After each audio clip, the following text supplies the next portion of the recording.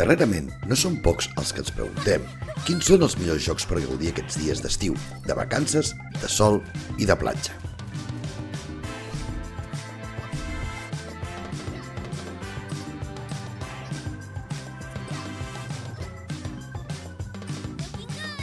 Si un joc ho exemplifica a la perfecció, aquest és Summer in Mara, l'encantador joc de Civic Studio que des de 2020 ens ha entusiasmat a nosaltres i a milers d'amants de jocs tranquils, del farmeig i dels jocs amb bones intencions.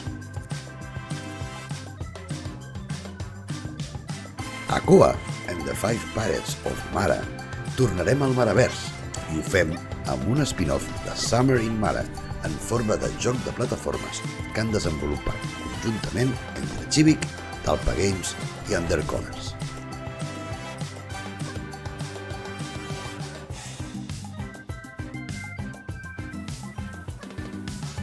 Podríem definir a Koa com un joc de plataformes 3D per a tota la família, un gènere que avui en dia, tret d'algunes aventures first party de Nintendo, es troba a faltar sovint. De manera molt encertada, a Koa s'han combinat 3 maneres d'entendre el joc. D'una banda tenim el mode clàssic, és a dir, avançar les diferents missions per acabar la història fins al final. A més, disposa d'un mode fàcil on apareixen més punts de control que s'agraeix pels més petits de la casa.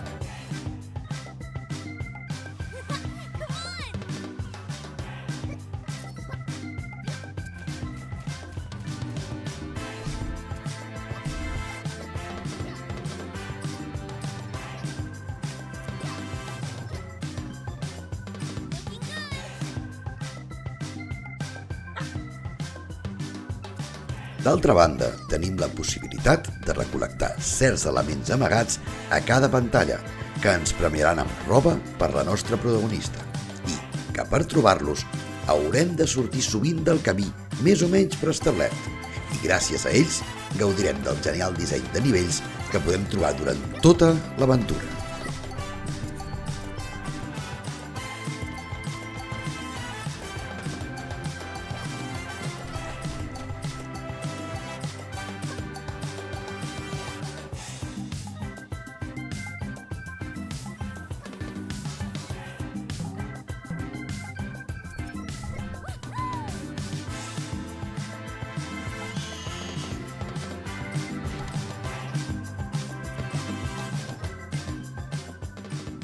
Per últim, a Koa hi ha lloc pels jugadors més hardcores, i és que podrem fer speedruns aprofitant les combinacions més boges per arribar al nostre destí.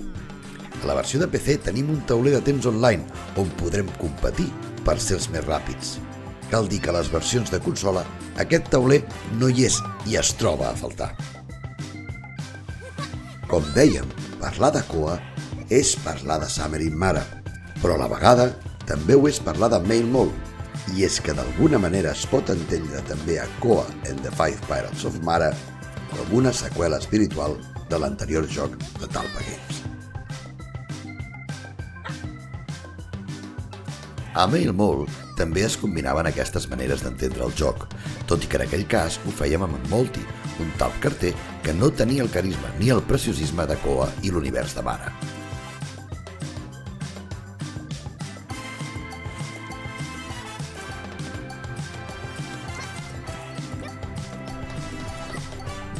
Amb Koa tornarem a les Illes de Mara per competir a una sèrie de desafiaments, la Carrera dels Pirates. Aquesta carrera ens portarà per les diferents illes i biomes on trobarem plataformes mòbils, gel, foc, nivells aquàtics i, sobretot, uns nivells de velocitat especialment divertits.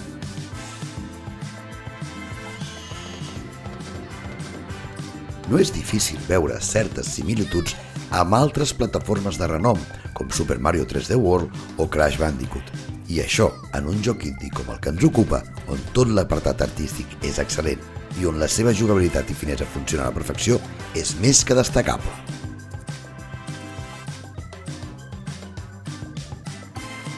A més, aquest joc no només l'hem pogut gaudir el Dani i jo, Albert i jo, whatever. També ho ha fet la teva, la filla del Dani, que ens deixa la seva valoració a continuació.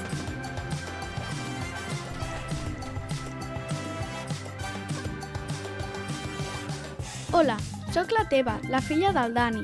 A mi, personalment, m'ha agradat molt. Ha sigut molt divertit i entretingut. El que més m'ha agradat ha sigut quan havia de lluitar amb els bosses, tot i que el darrer boss m'ha costat una mica.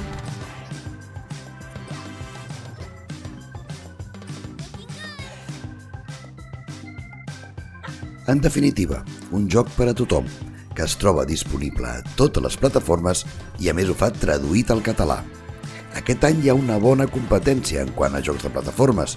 Mario, Sonic o Mickey Mouse faran de les seves enguany, però sens dubte, Koa and the Five Pirates of Mara es mereix estar entre les millors plataformes de l'any.